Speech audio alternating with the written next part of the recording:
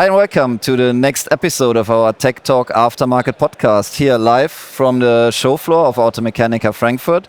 And we have a new and exciting guest. It's Adrian Rothschild from Hengst. Adrian, I'm very pleased that you made the time, because actually I tried to have you on the show for ages and it never happened for many reasons. And now we finally found the time to sit together and have a chat. Yeah, ages, I don't know. Good to be here, but at least for some years, yes. Yeah. And today is the day. Today we're finally making it happen, and we are celebrating a world premiere later.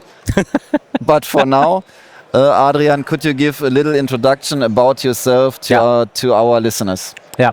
So Adrian, my name, 38 years old, more than 10 years in the aftermarket. So aftermarket is, I call it always my baby. Yeah. So I'm a former mechanic and at BMW.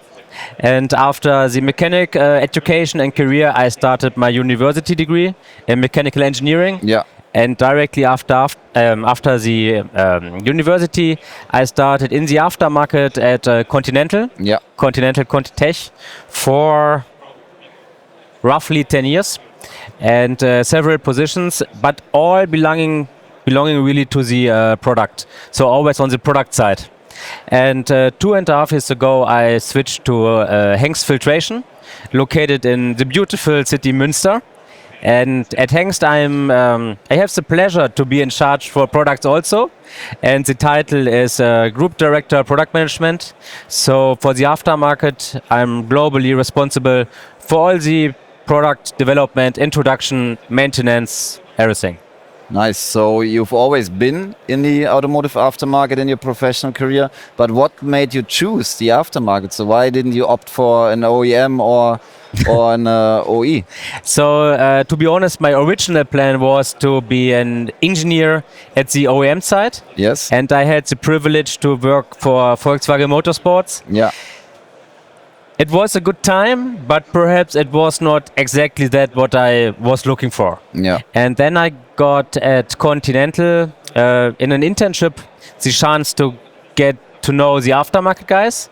And that was the time I was in contact again with the garages and with all this garage lifestyle, with the products, with all the family of the aftermarket, so to say. That's where your passion also lies. Exactly. And then I had the luck, to be honest, to work in this industry. And until today, I made it to stay in this industry. And as I said, it's my baby. I'm passion-driven. It's actually, and what we always say in these talks, it's actually very hard to get out of the market again. Hopefully, it's hard. And at Hengst, currently, what are the hot topics you're dealing with? So where are you currently focusing on? So, of course, we have all the buzzwords available. Transformation. Yes. I think, and especially at Hengst, as a global OE manufacturer, but in addition with several other business fields, for us transformation is the word of the time, I would say, and also for the aftermarket. So we are known as a premium filter supplier in the aftermarket, but I think we are coming later to this. We are also a really strong OE manufacturer for Volkswagen, for Bugatti, for so many brands, and this is something we want to leverage also in the aftermarket on more products than only filtration. Yes.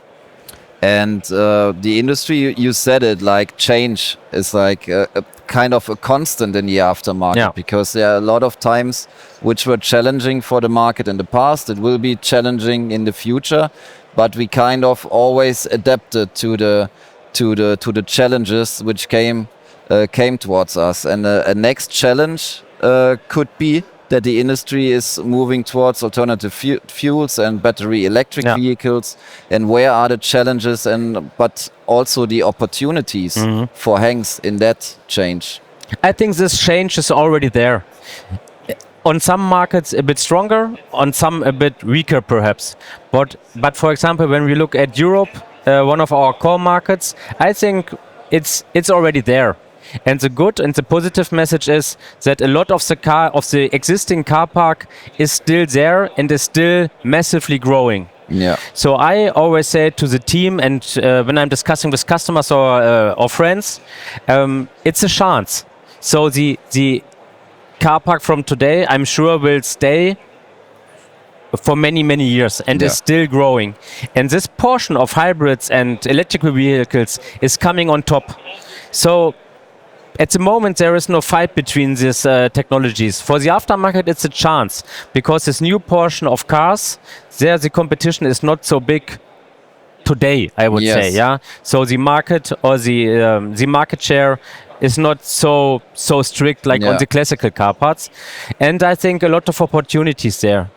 I really agree, and I think that's a very good point of view to have on the topic, because of you could naturally say this change is kind of decreasing our market, but on the other hand, it's also just a new market forming. It's a new market, and especially on Europe. We at Hengst, we are very strong in commercial vehicles, for example. Yes. And also very strong in export. So, for example, we have markets like the Far East. We are bringing a lot of products in, and I'm sure in the Far East, perhaps the electrification is not there tomorrow, and also perhaps not in all parts of the US.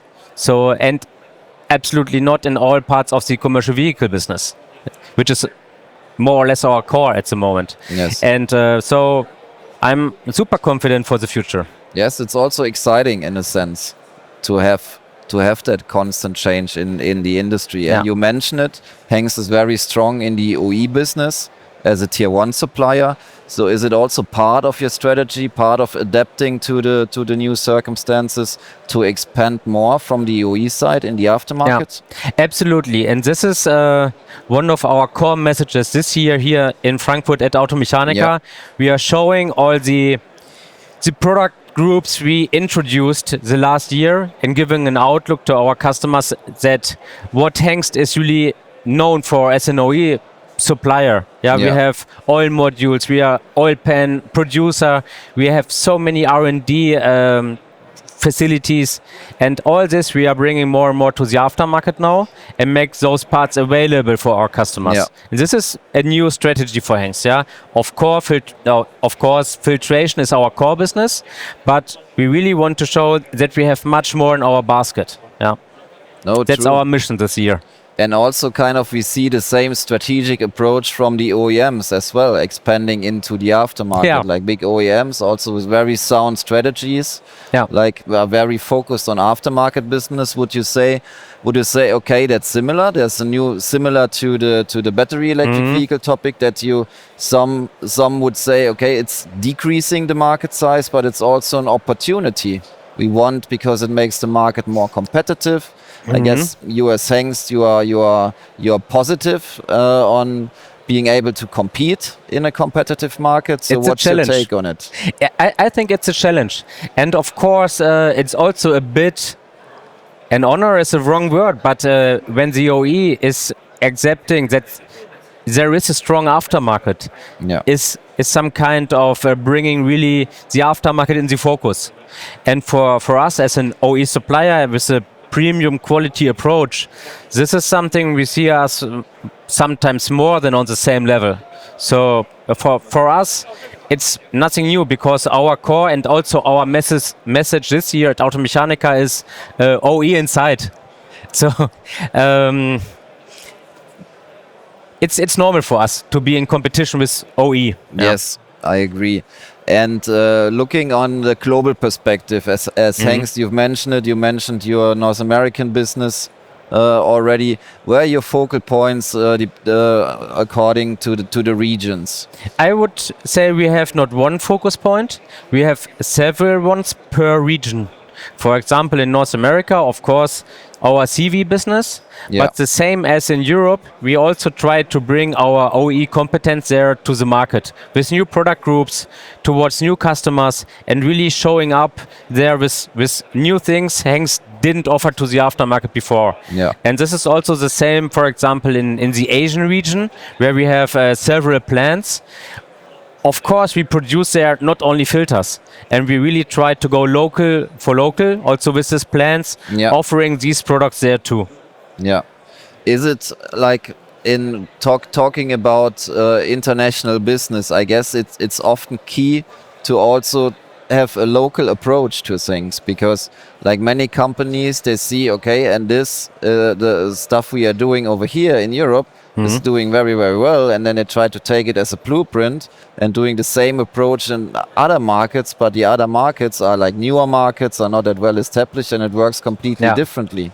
They are totally different. So I just traveled to China some months ago to the colleagues there, and we had a huge dealer meeting. And I'm 100% sure this dealer meeting looks totally different to a dealer meeting in Europe.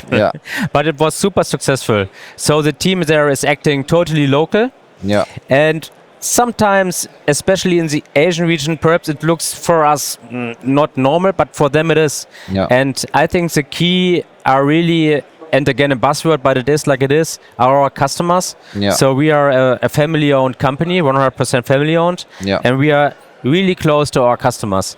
And this is, no matter where on the world, everywhere a positive sign. And we also think that's important to have like an exchange, that there are things happening or for you, or things you are doing in Asia, which you try to implement into your core markets as well, so that you learn from each other. So my team is a global team. Of course, the headquarter is Münster. But not only I am traveling around, of course, or even more, the colleagues are coming for trainings to Münster. Or we send colleagues from my team to the plant somewhere else. So I really want to have some synergies between the different teams. For example, when we search suppliers, of course, we work together with the local teams there. No matter where they are around the world. No, and I guess it's also important, because what many people, or where some companies probably struggle, is also there's of course a cultural difference, and to build a global team you have to deal with so many different cultures and a different view on certain things, and I guess it's very important, as what you said, like bring them together often, that they're getting used to each other, used to the way of working from the other side as well, if you want to be really successful as a global company. That's the reason why we introduce so many global meetings, and nowadays it's perfect, because you can do a lot of them online. It's easy to attract the different regions of the world. And yes, you say coming closer together and discussing, but my personal opinion is also to make for yourself perhaps a step backwards. Especially the Germans always think it has to be like we thinking. It's like my way or highway. Perhaps not always. Exactly. Perhaps it's better to do a personal step backwards and see how others are doing. And before you answer, hey, we have rules or whatever, we really need to try to understand why they are acting like this. Because I'm 100% sure they have reasons for it. Because nobody is doing something without a reason. And understanding this reason is much better than we don't want to have this. I agree. And in terms of, we spoke a bit about your portfolio and also about portfolio diversification. So I know something or field you're also quite into cabin filters. Yes. So cabin filters is something I'm super excited about. So we have in the aftermarket the range for antiviral and antibacterial. Antibacterial products. But we are on a big OE project. We also shown here at the Automechanika, even if it's not an aftermarket product, we want to show that technology is not stopping. And Hengst is in so many OE projects, and I personally think it's also interesting for the aftermarket to show your brand power and to show what you are working on as a preferred OE supplier.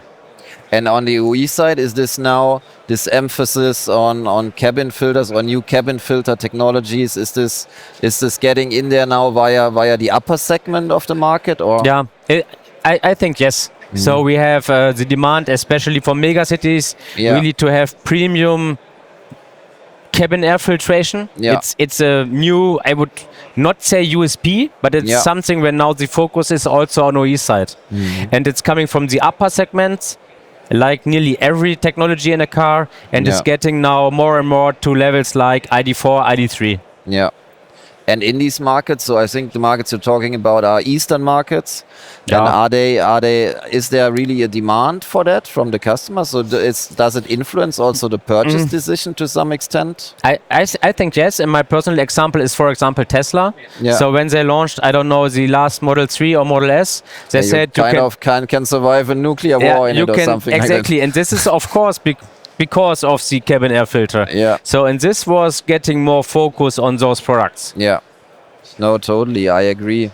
And there will be increasing demand of it because the demand for passenger cars is increasing in these countries as well. And speaking about customers and USPs, I know that you also have a very strong viewpoint on branding, and that your opinion is that many players in the market often neglect branding in that sense, and it's also very powerful to have like a strong brand towards your customers, towards the people in the workshop. So this is something you have also very strong focus on. Yeah, and in my opinion, this is really a key factor. So the aftermarket, especially in Europe, is perhaps not the youngest industry. Yeah. And also there are perhaps a bit more old-fashioned viewpoints on marketing. Let's say it like this. But what we see is really new brands with a high-value marketing and with huge marketing budgets that they can really gain significant market shares. Yeah. They're not even a producer. So in times of social media like TikTok or other things, I'm sure we need to change the approach. And the positive thing about this is Hengst really has something to tell with the value. Yeah. We are a German company, family-owned, based in Germany, Münster. We have a production, we have R&D, we have so many things. Yeah. A lot of our competitors don't even have. Yeah. So, yes, brand is very important for me. And in terms of the marketing and also in terms of the marketing spend, do you think there is a shift now? Because of course there is still, and there probably will be still, like more traditional marketing spend towards the motorsport. Or motorsport in general, sponsoring teams, sponsoring different series of motorsport, but it's shifting also more into social media, being present where the mechanics where the mechanics actually are passing their time when they're off work. Absolutely, I'm a car guy. So I love motorsports. Yes. And if I say something else, everybody knows who sees or hears this knows I'm lying. Yeah, as we said, you come from the motorsports. And but I'm sure on the marketing budget, it's perhaps not so important like in the 90s or 80s. Yeah. I think today you need a smart spending with your budget. You need to pronounce the right things. And I'm not 100% sure if it's still classical motorsports. Yeah. It's more the channel. And the message. So we are very. So I really think that and the news channels are not so expensive like sponsoring a formal team or whatever. There's so much car and mechanic content on YouTube, for example. Exactly, and that's also the reason why we started our own YouTube channel some months ago. Yeah. Here at Tech Alliance, I can say this, the main emphasis was to have those videos on YouTube, to link them to TecTalk. Yes. Sorry. But of course, we see the channel growing. Yeah. And now we produce, for example, a video about Automechanika. Yeah. So the team was here 2 days ago, did the video, now it's online. Yeah. It's a totally new approach for us. Yeah. And I'm happy that we have the possibility from our company to do and to act something like that. Yeah, so time to market for these campaigns is way faster, but another important factor is that you can actually measure it quite well. Yeah, you can directly see how many clicks it has, how many views and so on, and even on which kind of media, so if it's on smartphone, TV or whatever. Yeah. And for us as a German company, it's also, this is new and we are improving on it. Yeah. Yeah, sure, but also again, it's like the topics we had with the battery electric vehicles, with the OEs pushing into the aftermarket. It's like also some sort of a new playing field now. Yeah. And it's kind of an equal playing field because everyone can gain reach and can gain leads in the end. Absolutely, and even more important for me, it's connected. I said we produce the videos or the pure product videos mainly for the TecTalk or the online catalog. Yeah. But it's also connected to our e-commerce strategy. So, for example, products on Amazon or eBay. To speak open. If there is a video inside, it's much better for the click rate. It's better for everything. Yeah, totally. And this should be also connected to internal marketing and media campaigns. Also to print, and everything is connected today. Yes. And it's not only we are producing videos only for YouTube or only for Instagram. It's really everything is connected, and we see this as a complete marketing chain. Totally. And talking about marketing, talking about branding, we are now bringing marketing, branding, advertising together with the topic of sustainability. Exactly. Which is a big topic in the market as well.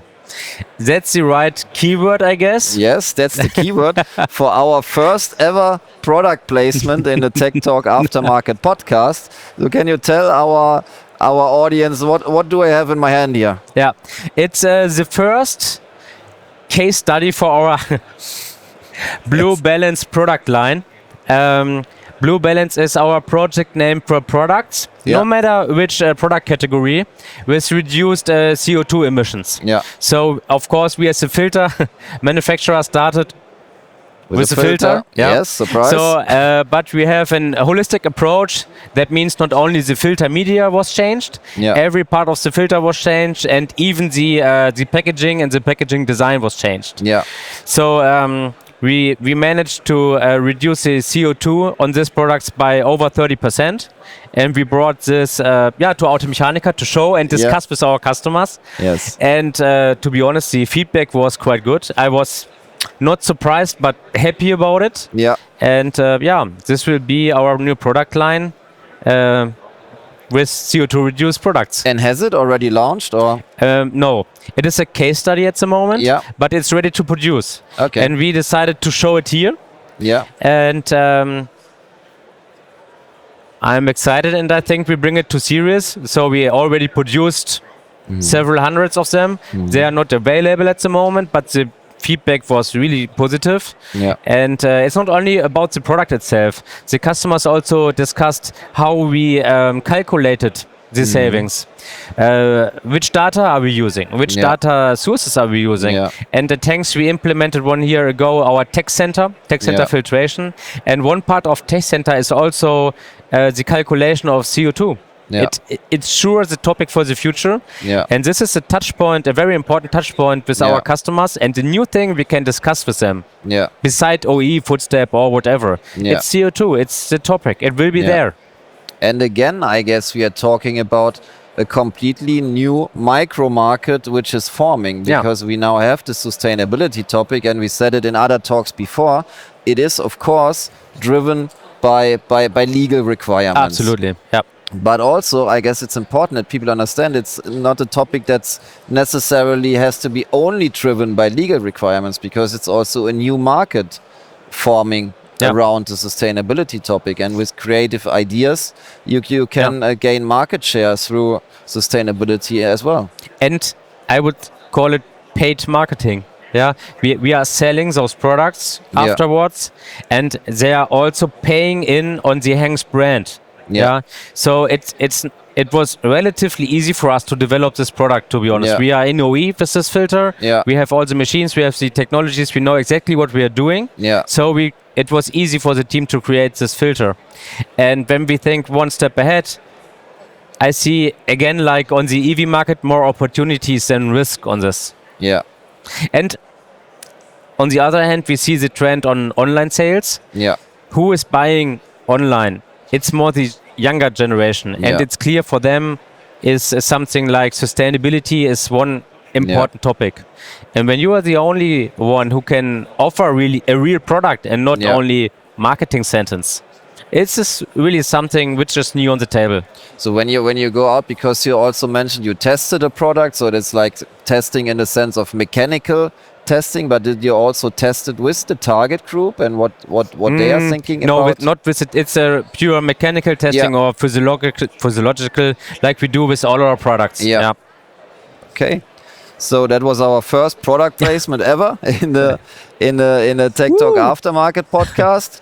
And as we are now at the end of our session, we always take a quick look into the future. So, and we mentioned before, we just had a chat before the camera was rolling, that we are not the youngest anymore, I would say, but there's still plenty of time for our retirement. So what do you think in the next, like, in near time, like 5 to 10 years, where's the market going? What will be the challenges we will have to deal with in the next years, and how can we manage to stay competitive and also successful? 5 to 10 is complicated. Just think 4 years ago on the COVID time. Yeah. But I hope this is over, and I hope it will be back to normal times. Yeah. But the good thing is, with these projections, you now can say something about what is happening in the next 5 to 10 years. You have the excuse. No one will listen to this podcast in 10 years and say, "Oh, Adrian, you were wrong." And if you are now listening, you are future you in 10 years. Remember this. Yes, remember this. No. I really hope this a normal development. For example, on what is important for us. I'm sure combustion engines will be sold around the world also in the next years. That means the car park, the global car park for sure, and I think everybody sees it's the same, is growing. And it's growing massively. We have India, we have China, we have other markets, Africa is to come. So it is growing. This is, for the aftermarket or for the industry, a good outlook. No doubt about it. And parallelly, I'm 100% sure in Europe and in parts of North America, we will have good EV development. It's already there, as I said, and it will also grow. This is a chance for us. And I hope, and I have the feeling, even on this Automechanika, the aftermarket really is back now in old glory. So to say. It feels like it's finally bounced back to normal form. Exactly. So our booth was totally crowded all the day. And we had so many positive reactions, so many good talks to our customers. That makes me super optimistic for the future. And I think with our standardization, also with the help of Tech Alliance and other companies, the aftermarket is a stable market, and I really hope that our strategies to grow in this market, also with new products, will help us really to gain more market share and to be minimum as fast growing as in the last years. So, bright future ahead. Hopefully. Thank you, Adrian, for finally taking part. I will promise it won't be the last time. We'll meet again and check on your predictions. Thanks for coming today. Thank you for inviting me and giving the chance to have the talk here today with you. Thank you.